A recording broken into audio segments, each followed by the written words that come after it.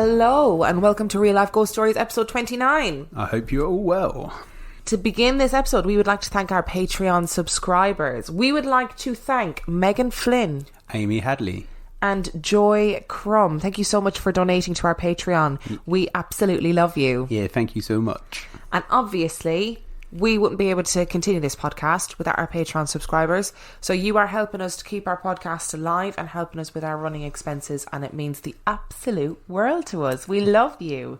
Our film review this week Dun, dun, dun. is Cabin in the Woods. Cabin in the Woods was released in 2011. It has 7 out of 10 on IMDb and 91% on Rotten Tomatoes. Wow. Would you like a synopsis? I would like a synopsis, yes. 5 friends go to a remote cabin in the woods. Bad things happen.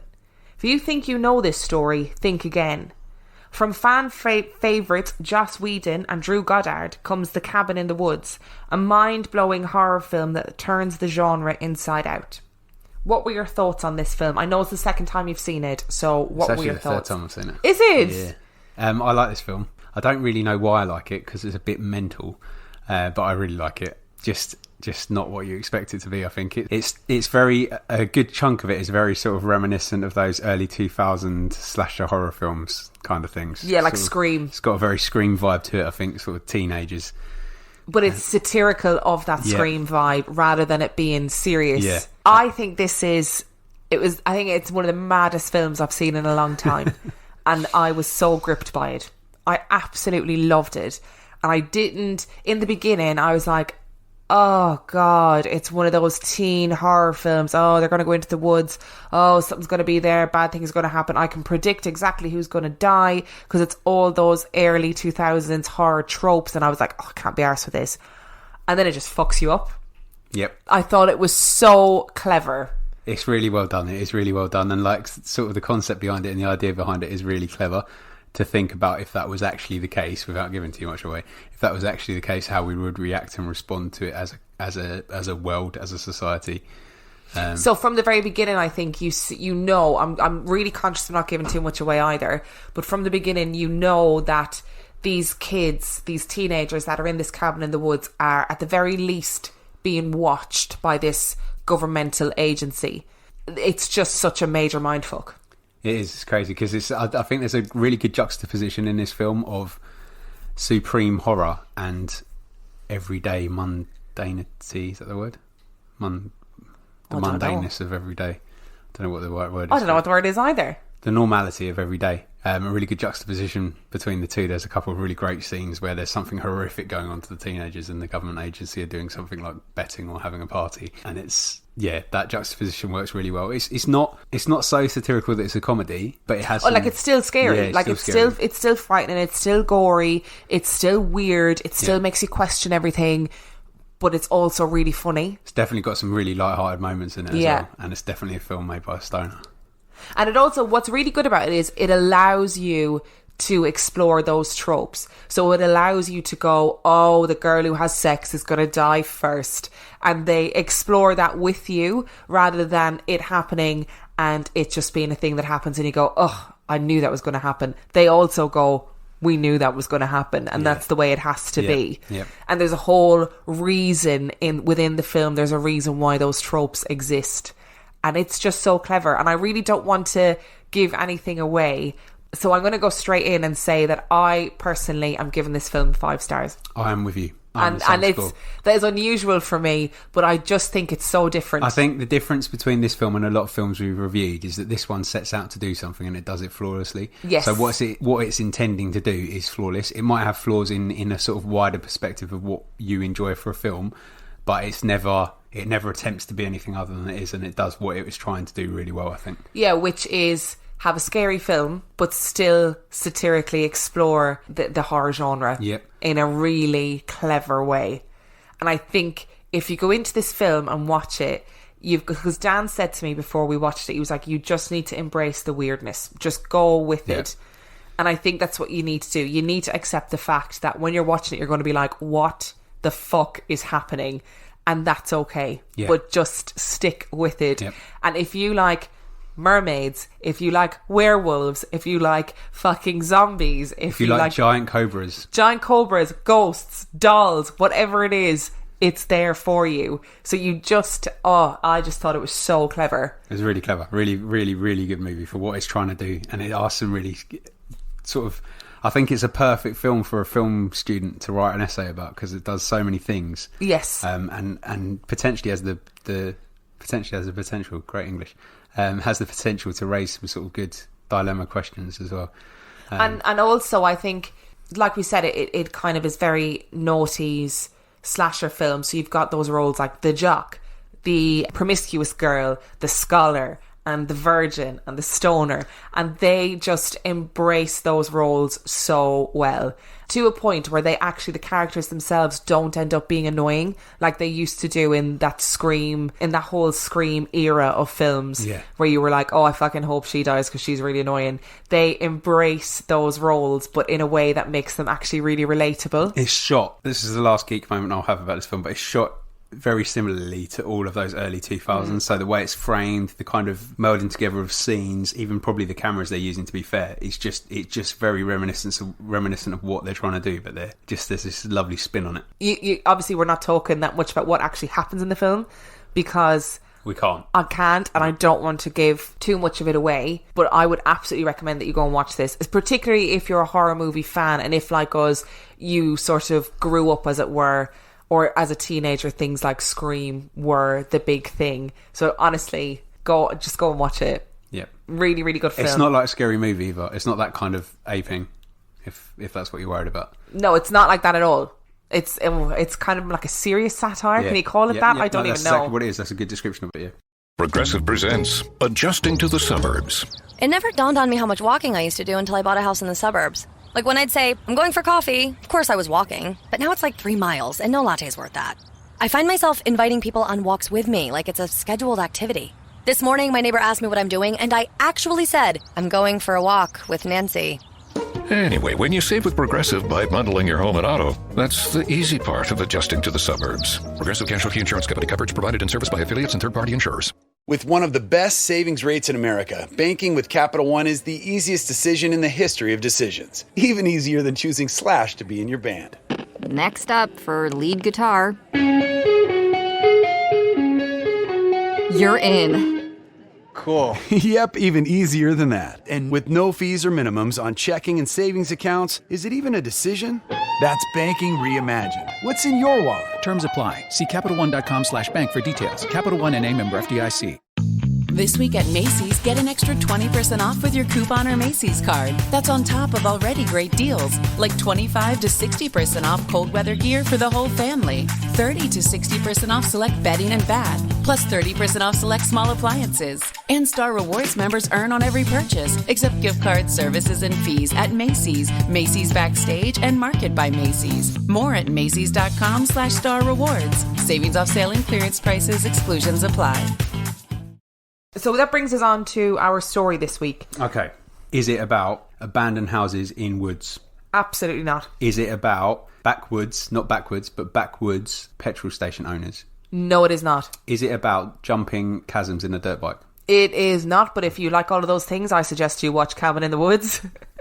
Our story this week is following on from last week's episode, which was obviously Black Eyed Kids. So if you haven't listened to last week's episode, I recommend you listen to last week's episode before you listen to this one.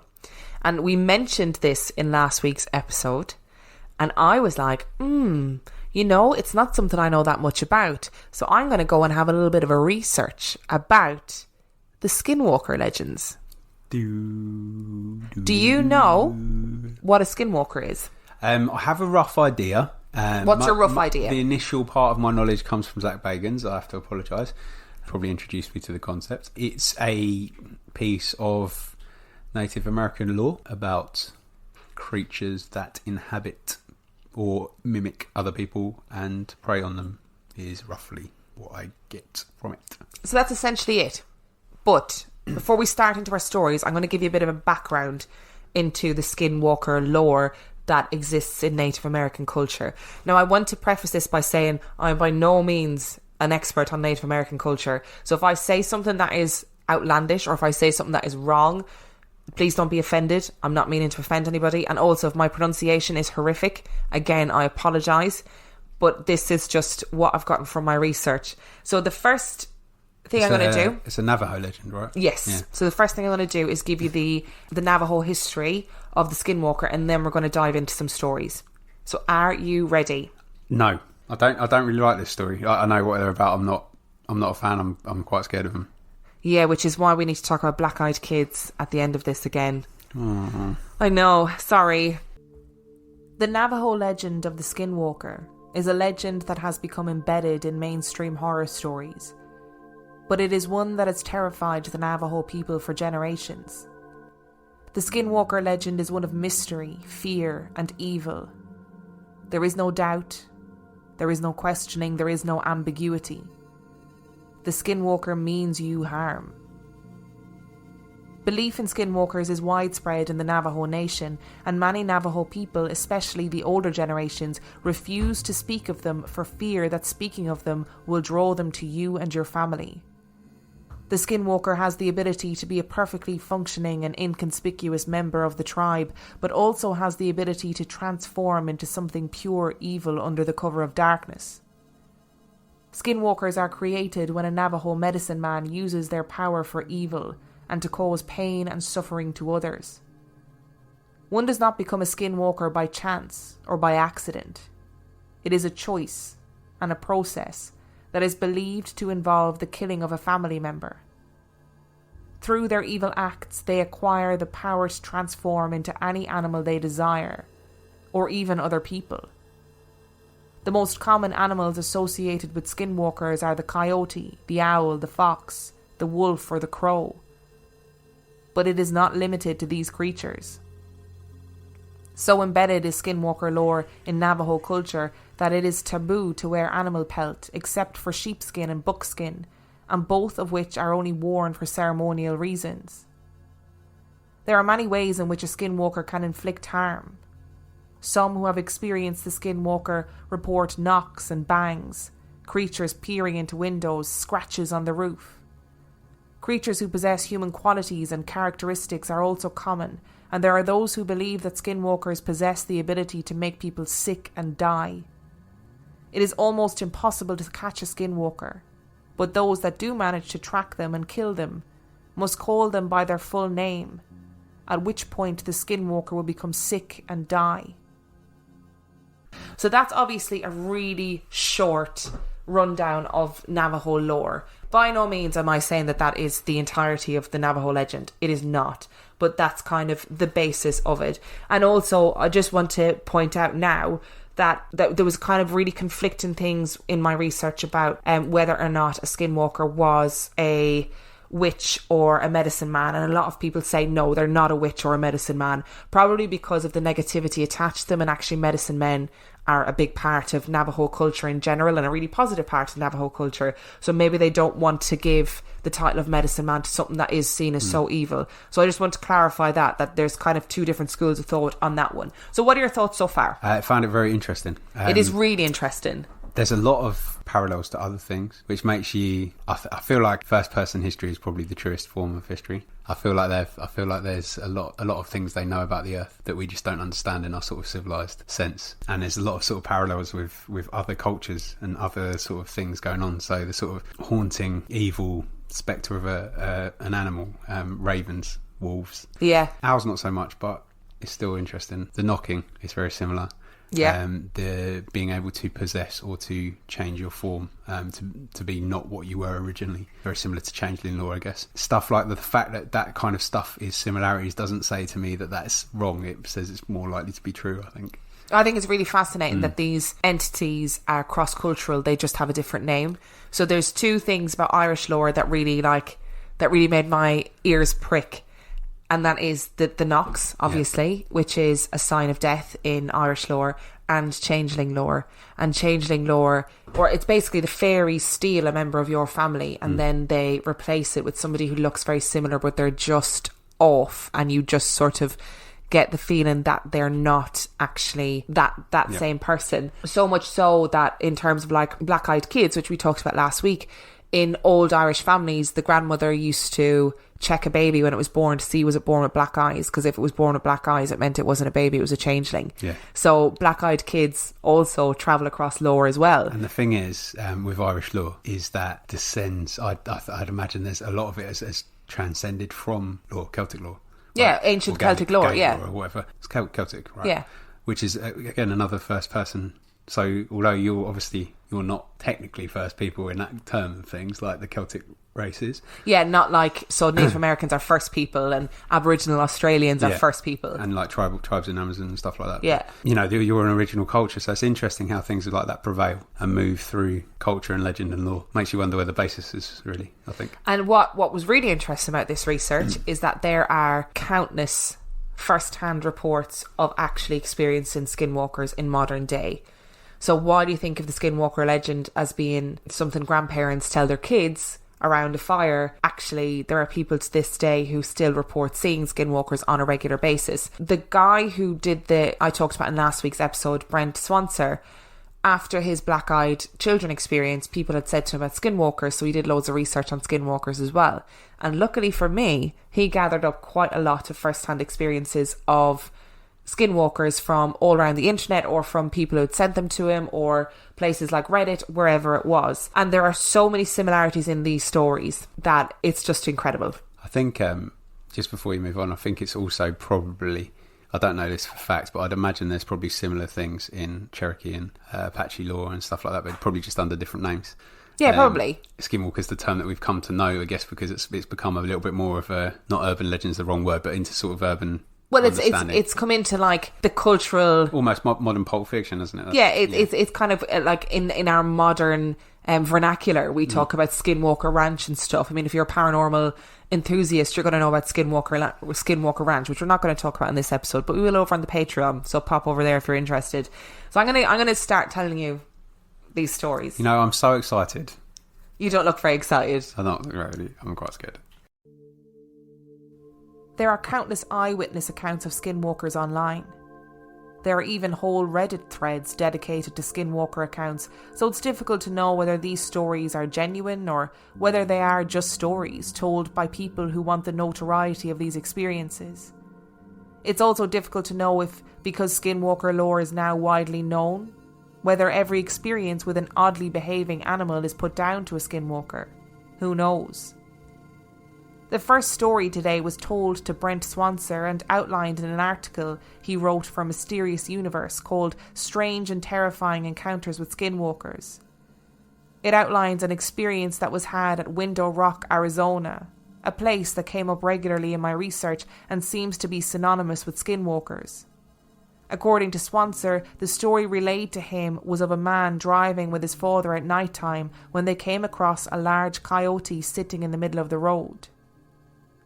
We slowed down so as not to hit it, and we could see that this coyote was a big boy, larger than usual, and just sitting there out in the middle of nowhere, right in the centre of this lonely desert road. It didn't seem afraid of the car at all, and just stared at us as we approached, not moving a muscle. So I honked the horn trying to scare it off, but it just stares at us with those big yellow eyes that looked eerily almost human. We were a little unsettled at this point, and just decided to drive around it and continue on our way. We get past it and start driving off when my dad says, "Would you look at that?" I take a peek into the rearview mirror and that coyote is loping along behind us, following us. I speed up and it matches our speed, gaining on us. Then, just like that, there is a man.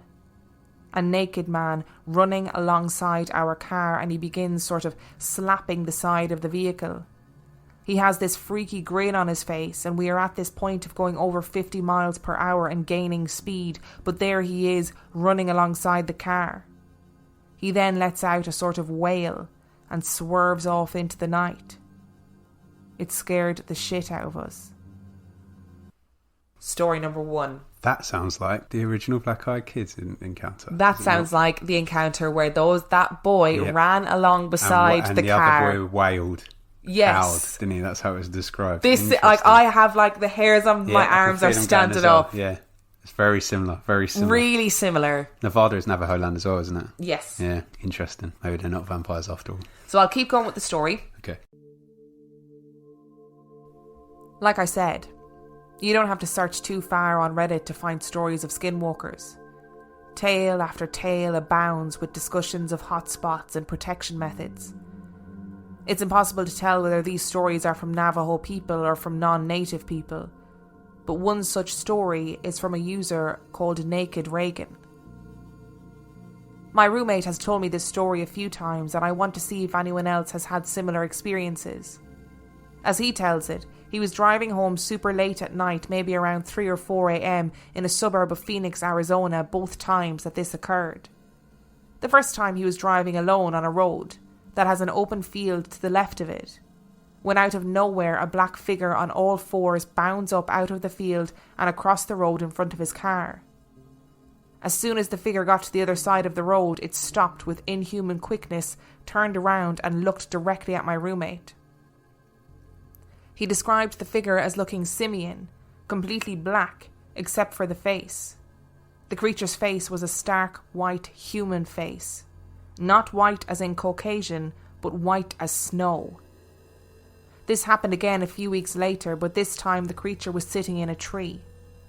As his car approached, it climbed down the tree, again with inhuman quickness, bounded across the road, stopped on a dime and turned around and made eye contact with him. This time he had a friend in the car who also saw it and began freaking out. It was the exact thing as the first time, a simian black body with a snow-white, expressionless human face. My roommate, ever the curious one, turned the car around and began searching for the creature, but it was nowhere to be seen. As you will see with many of these experiences, they often take place in cars with the creature bounding in front of the car or keeping pace with the car at seemingly impossible speeds. In 2009, a user submitted a story to the website Your Ghost Stories, where they outlined a similar skinwalker encounter. This user was called Tracker337. As half Navajo and half Hopi, I've had my share of experiences on and off the Navajo Res. I hope that I won't get any ridicule from any other Native Americans for posting these experiences. One experience that I would like to share happened when I was 14 years old. I'm now 29. This is an experience that I've only shared with a small number of people and am now writing down for the very first time. My brother, who is a hardened soldier, is still scared about what happened to us on this particular evening. As a teenager, I would visit my grandma at her home on the Navajo reservation for several weeks every summer. I loved to spend time with her, eat her delicious fried bread, and hear her tell us stories.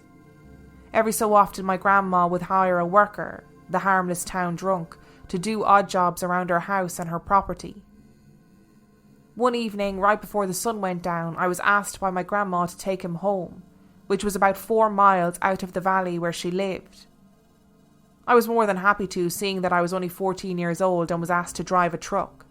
Mind you, on that reservation, nobody cares that you're only 14 years old and driving around. There was hardly anybody around to see you anyway. So my 9-year-old brother jumped in the truck cab with me while this worker and my dog shared the tailgate of the truck, and we were off. After I dropped the worker off at the shack that he and his brothers lived in, we headed back down the road to my grandma's. As I mentioned before, it was evening and the sky was a deep red and the sun began to set behind us. We were leaving a nice dust trail from the dirt road, and the radio was playing music from the only radio station that could be picked up from the nearest town of Holbrook in Arizona. There was nothing unusual and nothing weird. It was at this time that my eye caught movement of something in the bushes a little up the road and to the right of us. I remember slowing down, thinking that it was one of many free-roaming sheep in the area that would dart out in front of the truck. As I passed where I thought I saw it, I sped up and thinking nothing else of it. Then, out of nowhere, I just feel this dark feeling of fear and dread. I had no idea why I was feeling this way, but I definitely felt that something was wrong. As I play this memory back in my mind, there are only a few clear memories that I have of that evening. I clearly remember looking in my rearview mirror and seeing the dark silhouette of something very tall and very skinny that seemed to be covered with some kind of hair or fur running behind the truck after us. Whatever it wasn't a normal human, or it wasn't human at all. I remember hearing my brother crying and my dog barking ferociously at whatever was chasing us. I remember speeding very fast and shaking violently as the truck bounced on the washboard dirt road. I distinctly remember that this thing was only getting closer as my brother cried, "It's coming up on your side." I remember being scared as hell and thinking that I didn't want to die. At the moment that I thought would be our last, I remember speeding around a bend in the road and seeing a car coming towards us in the opposite direction. At that moment I felt instant relief and felt that whatever was following us was gone. Shaken up but alive, we made it to my grandma's house, wondering what the hell had just happened. We ran inside, not looking back, hoping that whatever was chasing us had not followed us home. As we told my grandma about our experience, she didn't seem too surprised, which surprised us. She continued by repeating stories that we had already heard at one point or another about black magic, witches, and something that the Navajos call Yi Nandalushi, or skinwalkers. Needless to say, I didn't even want to look out any of the windows all the rest of that night. As a matter of fact, I never drove on the reservation at night again until I was 21 years old. Without going too deep into explanation, I'll just say that these skinwalkers are evil men and spirits that use black magic for evil doing. I tell you that as far-fetched as it may sound, they are real. They're all very similar, aren't they? There's not really the disparity in it. Putting on my inner will. We all have an inner will. I wonder if there's something about infrasound. No. That wasn't what I was going to say. I wonder if there's something about the desert at night that kind plays of tricks on your mind. Yeah, potentially, because if the roads, because the people always Obviously, describe that's not what I believe. the monotony of the roads and the monotony of the lane lines. But I would imagine that if you were to have like a hallucination, like a mirage, we'll call it a mirage because can't think of a better word, because of the monotony of the landscape, that it would be a silhouette or like a flash of an image, not a creature running behind your car. So this brings me back to something you said a couple of episodes about your brain that I laughed at you, about your brain being able to create a person. Yeah, you did laugh. And somebody messaged me and was like, Dan has no problem believing in the paranormal, but can't believe that your brain might potentially conjure up a hallucination of a person to save you in times of stress or anxiety. It's still funny, but going on that point, if you're super tired, best way to wake yourself up is to give yourself a fright. So I wonder if it's the brain's reaction to being really bored and really tired on a long dangerous journey. Situation, thinking you nodded a couple of times, I've got to do more than that to wake you up. Because I think about a few times I've fallen asleep at the wheel, which has happened. The time that I woke up most was when I nearly hit something. So when I nearly drove into the central reservation because I'd fallen asleep. That shock of being, oh my God, I nearly hit something, actually woke me up completely. But that's a physical shock of nearly hitting something. Yeah, that's but I wonder if it's a brain, like a coping mechanism or a kind of red button. Yeah, I'm trying to be Will. I don't believe any of it. I think it's skinwalkers. We're talking about people in cars on monotonous long journeys, but my next stories aren't in cars because they're actually in houses. So just proves to show you how much weight Will has, isn't it? Really? Yeah, sorry Will. Perhaps as the previous story points out, the dawn of online messaging boards like Reddit and Your Ghost Stories has allowed for people to anonymously detail traumatic experiences. It is commonplace in Navajo culture to refuse to speak about the skinwalker for fear of attack, so many of these experiences are not spoken about within the community. The Reddit user Nordic Alchemist outlines this attitude. I was visiting my grandparents out in Ship Rock, New Mexico during last October to see family and to go to the Northern Navajo Nation Fair that week. Many Navajo people, including my own family, are very reluctant to speak about skinwalkers because it is believed to attract their attention. However, I grew up away from the Navajo Nation and was very naive about the subject. When it came to skinwalkers, I was an absolute skeptic. My mom used to tell a story of how back in the 80s, when she lived with her siblings and my grandparents, still in Ship Rock, she and my aunt saw a skinwalker just outside their driveway under a streetlight. She described it as a black dog with dirty fur, a twisted noodle-like front leg, and those unnatural eyes with a soft burnt orange glow. Me, being my own close-minded self, doubted every word, but I never said my doubts aloud. But these doubts totally changed last year when I went to my grandparents' house. Me and my family had just finished going to the carnival at the Navajo Nation Fair and called it a night. The house was close enough where we could walk home in just 10 minutes, so we did. When we got there, it was about 9 at night, and we stayed up until about 2 catching up about family affairs and the local news. It was during that time that I just decidedly opened my mouth and blurted out the question, "Hey, are skinwalkers real?" I asked. "You shouldn't be speaking about that," my grandmother said with almost a disturbed yell in her voice, so she and my grandfather both decided to go to bed.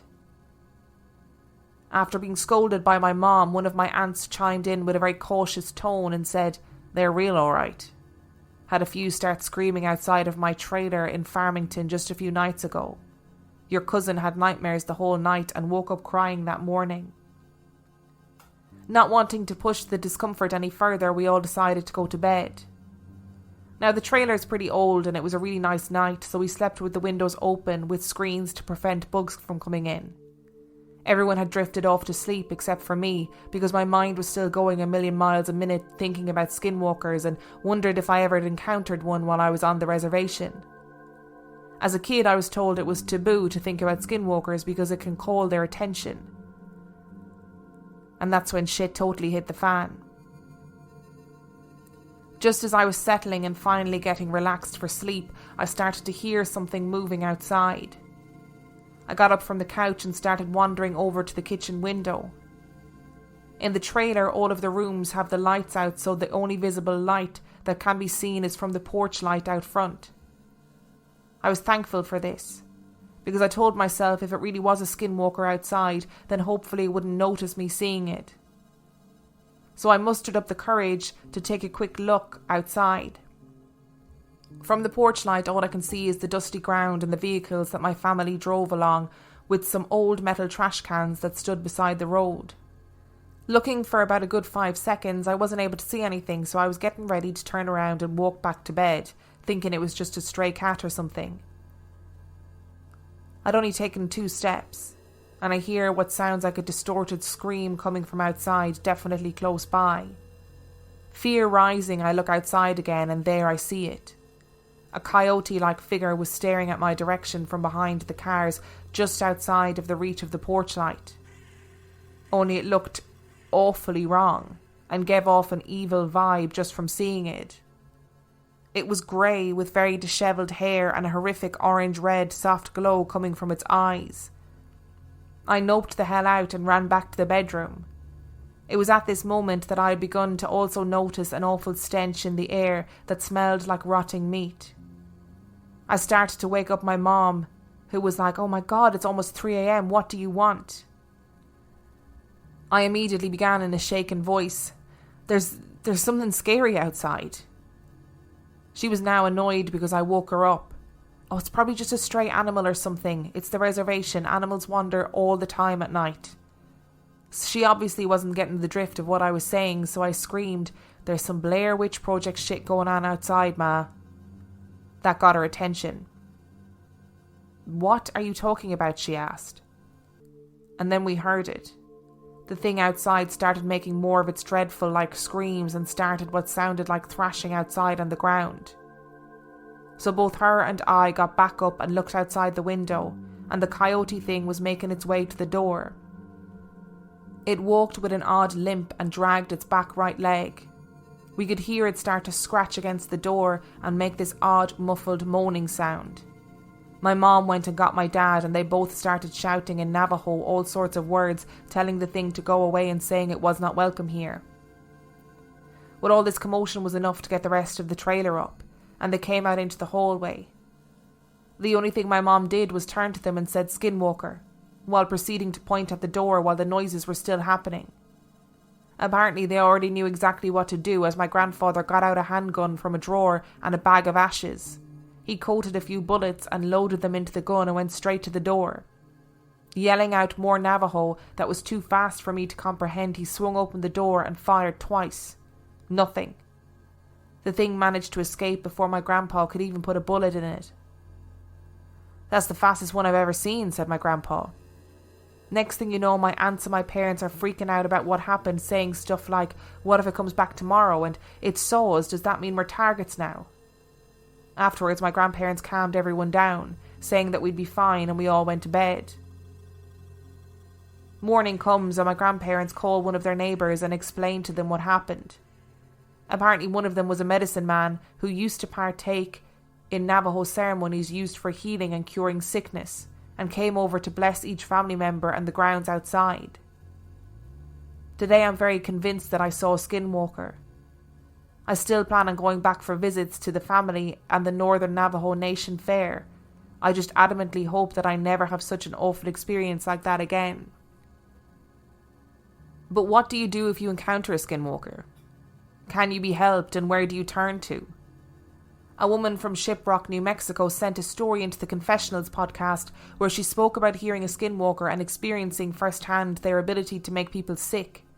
She and her sister recalled their dogs relentlessly barking around the house, and they remembered hearing heavy footsteps on their roof. They were sure the footsteps were not an animal because they were too afraid to tell their parents. And then their cousin who lived in the house became ill and died. A medicine man came to the house to conduct a ceremony, and this is what she reported that the medicine man asked them what happened. He told them that he knew a man in bearskins had been on the roof of the house.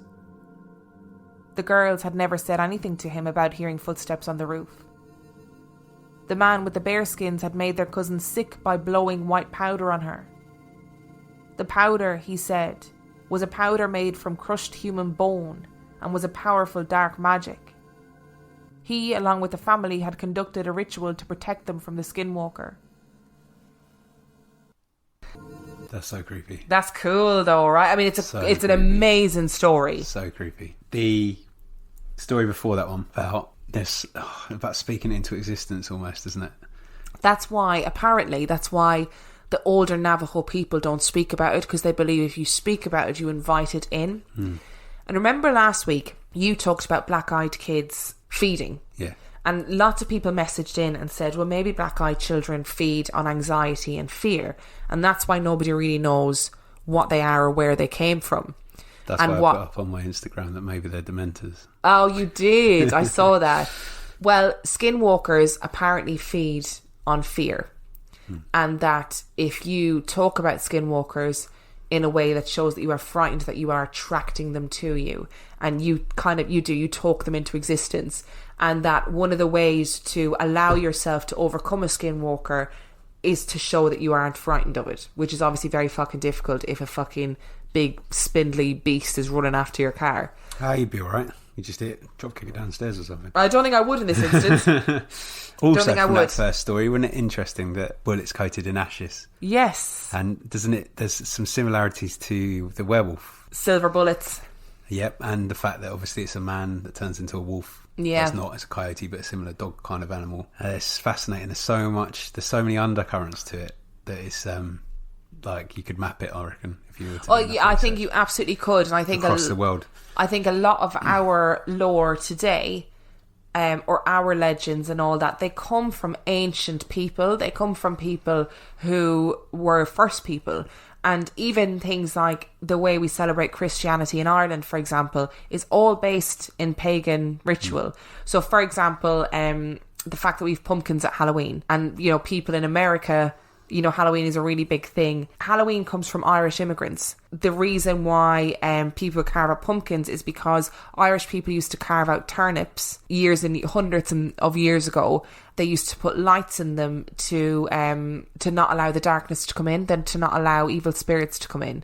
So much of our lore is based on first people and based on their experiences. So I think you're completely right. If you were to track, the werewolf phenomenon, it's like the European version of the skinwalker. But I think werewolf. it gives it. I think as many people would point to that as it being proof that it's not a real thing. But for me, I think it gives it a lot of cadence.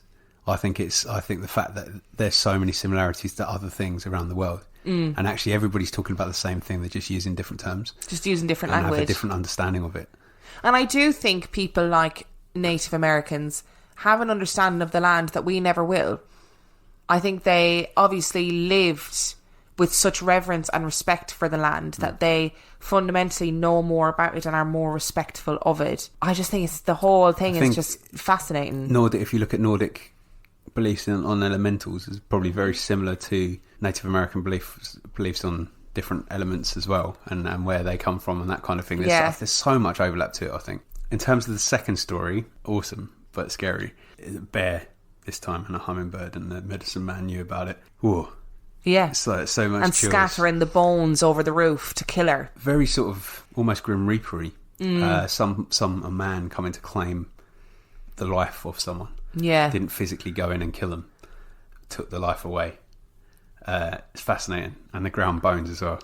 It's very cool, because there is a part of, and I didn't see it in all of my research, but in some of my research I saw that part of Skinwalker belief is that they do dig up bones from graveyards, and they the ability to transform themselves into animals lends themselves to be able to dig up bones and stuff really quickly. Do you want some more stories? I don't know if I can handle it, to be honest with you, because that last one really freaked me out. Navajo Joe 00 wrote a post on Reddit outlining his father's encounter with a skinwalker. And this is his story. When I was around 11 or 12, we lived in a small house made of mud and stone. A lot like our house now. It was 2 of my brothers and I in the house. Everyone else had gone to the Yamez feast and left us to tend the sheep. We were getting ready for bed when we heard the dogs going crazy outside. Thinking it was nothing more than coyotes howling in the distance, we told them to be quiet. We began to drift off into sleep, and the dogs would not shut up. Somehow I was able to go to sleep for a few hours. Then I woke up very late in the night. It was very quiet and still in the house, save for my brother's snoring and breathing. I realised I needed to use the outhouse and woke up my brother to take me there. He teased me about being scared, which I certainly was. We went out with our flashlight to the outhouse. The dogs began with their crazed barking out in the sagebrush, going from one place to the next. My brother went first and I waited outside for him. While waiting, I tried to follow the dogs with my flashlight. Suddenly there was a very loud whine from one of the dogs, and then everything went quiet again. It was really too quiet for that time of year. Not even the sheep were making noise. Suddenly I heard a few of the dogs going completely mad by the truck. And when I looked over, there was this man. He was unbelievably tall, leaning one arm on the cab roof of the truck. He was looking at the dogs for a little and then suddenly kicking one of them. They all scattered in different directions. The thing looked up at me and I saw its face. It had a pure white face like a full moon, 2 burning red eyes, and a slight smile that was pure black. I could not move or make a sound. It began to walk towards me with long strides until it finally towered over me. All I began to see was a dark red, like the colour of the blood when you cut the throat of a sheep.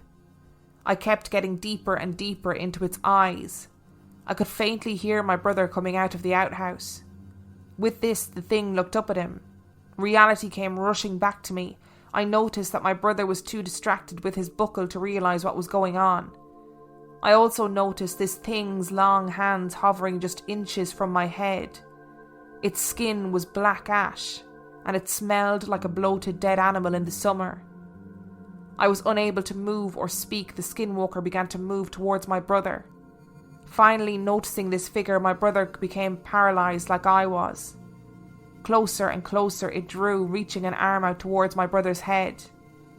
Something finally snapped in me, and I became unbearably angry. I broke from the trance and lunged at the skinwalker, raising my arms like a wild animal and baring my teeth at it. A growl came out that I never knew I could make. I became more and more angrier at the thing that was trying to hurt us. It kept that smile at first, but the angrier I got, the more the smile faded. Finally, with everything I had, I began to make this primal roar at it. It fell backwards and ran away into the night. Looking back at me, its eyes were dim and dull, its smile now long since gone. The next morning, the family returned home from the feast. After relaying the story to my parents, they quickly hired a medicine man. So it would seem that as well as bullets coated in ash, showing no fear, is a way to overcome the Skinwalker. And our final story today comes from the Redditor Laisha Ninja. We live in a rural community on the Navajo reservation. My aunt and her 2 brothers were home alone while my grandparents had left for the evening to attend a chapter house meeting. They were in the house, and like many people from the reservation, they didn't have electricity. It had been dark outside for about an hour, and my aunt and uncles were getting ready for bed. Outside, they heard noises, as if someone was moving things around outside. My eldest uncle went to look out the front window and saw a figure out by the truck. This was immensely out of the ordinary, because the closest neighbour was miles away. Whatever it was opened the truck door and began to dig through the personal items that my family had left in the vehicle. My aunt and uncles were frightened by the sight and knew they should take action. They took out the rifle and all steadied themselves to hold it up. They flung open the door and aimed the gun at the dark figure. The figure turned and started to walk towards them, totally unfazed by the weapon. My uncle pulled the trigger, but nothing happened. The figure drew closer and my aunt began to smell something like a rotting corpse. It was so strong that it made her gag. My uncle continued to pull the trigger with no luck, and the figure came closer and closer. Off in the distance, headlights were coming up the road. My grandparents were returning. The figure looked towards the lights and started to move away and tucked itself behind a tree near the house. My eldest uncle ran toward the truck with the gun. My grandfather got out of the car and my uncle pointed to the tree. The thing was poking out its head to observe what they were doing. My grandfather ran into the house and over to the stove and grabbed a handful of ashes and rubbed it over the gun and placed an ash-covered bullet in the chamber. He walked out onto the porch and fired towards the tree. Whatever that thing was didn't expect the gun to go off. The gunshot echoed and the dark figure began running. My grandmother chased my aunt inside and my uncles and my grandfather went after it. There weren't many roads or paths, so as my grandfather and uncles chased after the figure, the truck was bouncing and the headlights were not fixed on one particular spot. My uncle swears that whenever the headlights would hit the figure, he saw a woman. Not only that, whoever this woman was, she was running on all fours like a bear. My grandfather eventually stopped the truck, and as they neared the ditch that drops about 20 feet, he got out and began to yell in Navajo. My uncle said that he was yelling about a local woman. He yelled that he wasn't scared and he knew it was her and to leave his family alone.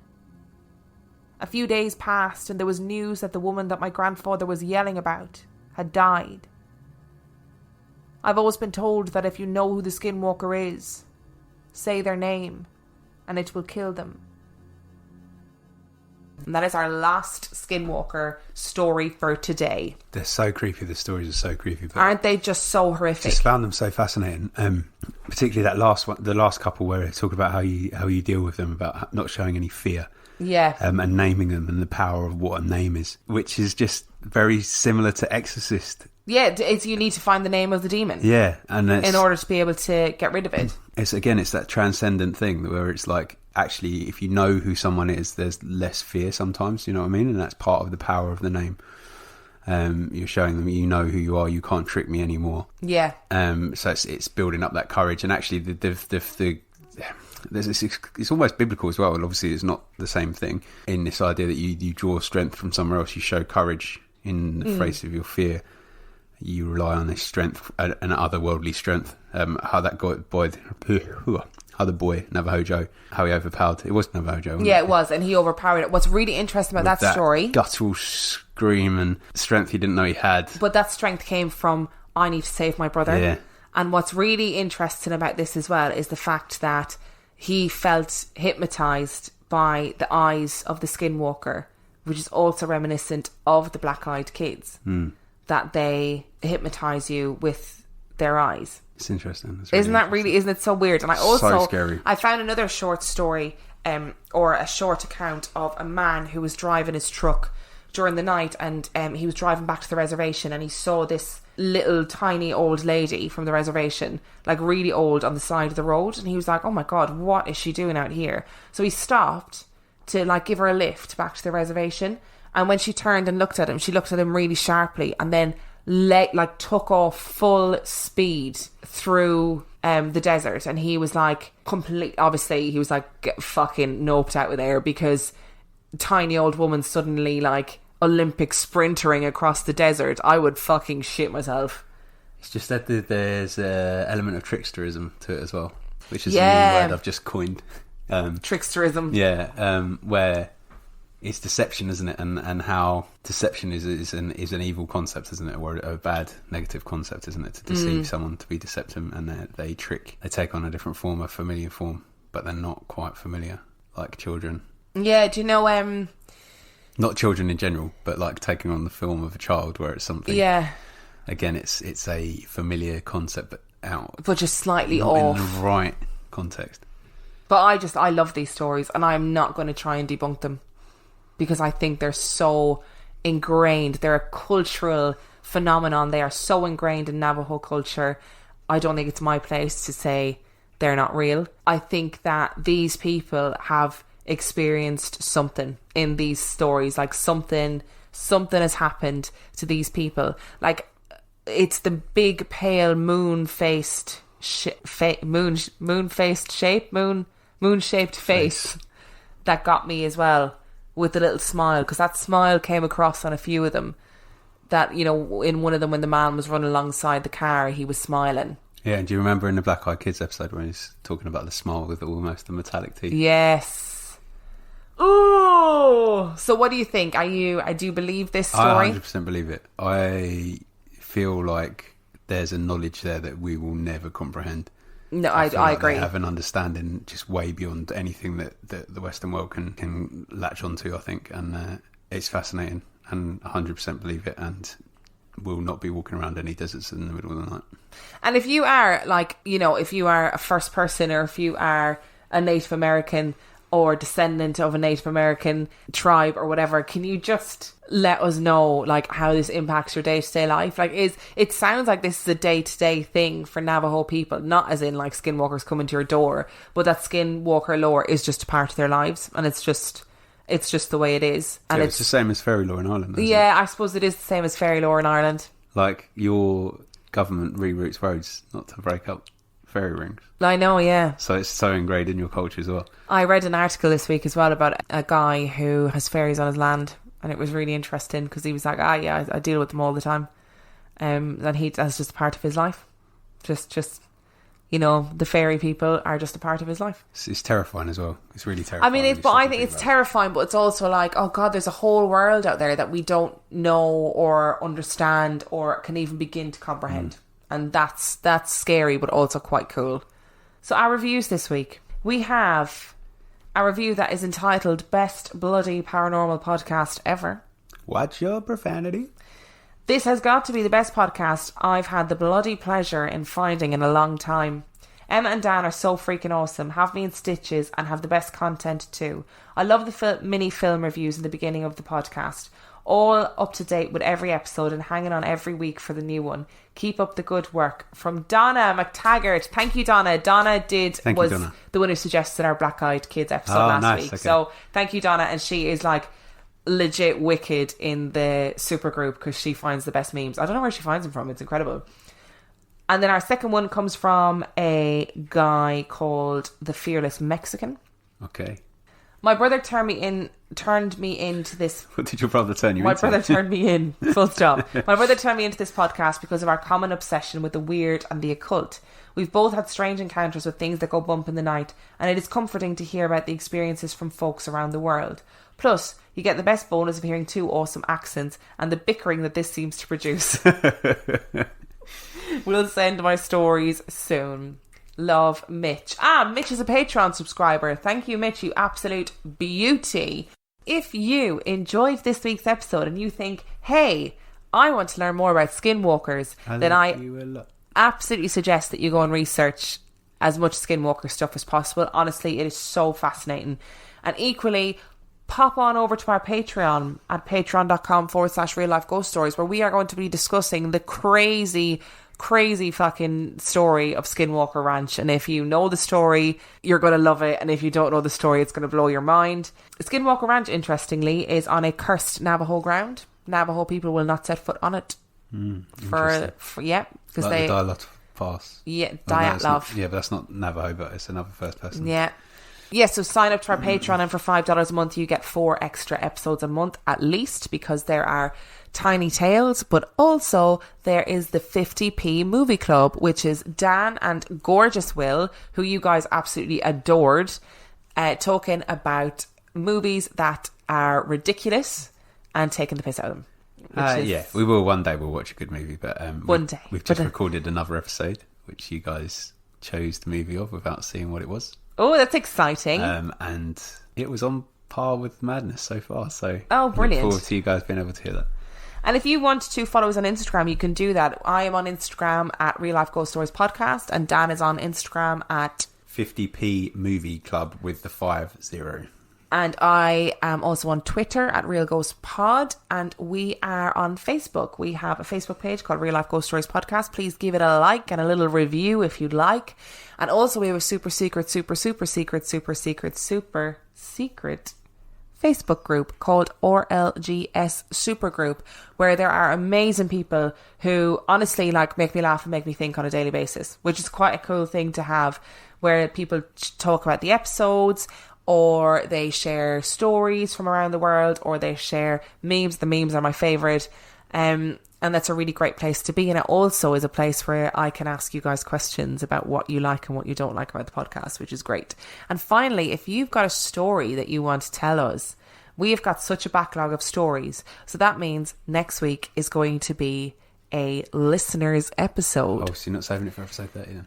Next week is episode 30. Oh my gosh. See, this is what happens when you stop me from counting. Oh, I see. You just forget. So we're going to be doing a listeners episode next week, but we're also going to be doing a bonus episode of your questions and answers like we did for episode 20. So if you're a new listener, now is the time to ask your burning questions to us, and they can be podcast related or not. So I'll be putting that up on Instagram and also up on our Patreon. So you can send your stories to reallifeghoststoriespodcast@gmail.com. and they will be read out on an episode eventually, but it'll take me a while to get to them because, my God, they are coming in thick and fast. I cannot keep up.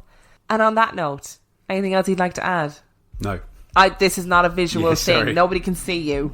I'm just trying not to cough. Dan just shook his head without saying anything. We shall see you next week.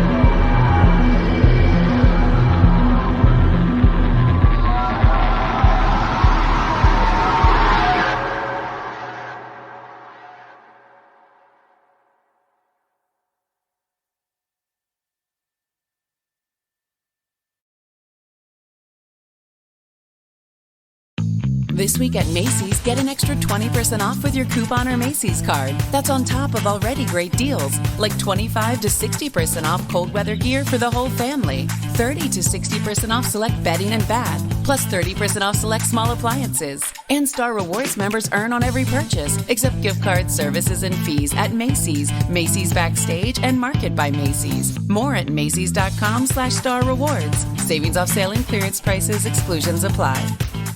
With one of the best savings rates in America, banking with Capital One is the easiest decision in the history of decisions. Even easier than choosing Slash to be in your band. Next up for lead guitar. You're in. Cool. Yep, even easier than that. And with no fees or minimums on checking and savings accounts, is it even a decision? That's banking reimagined. What's in your wallet? Terms apply. See CapitalOne.com/bank for details. Capital One NA, member FDIC.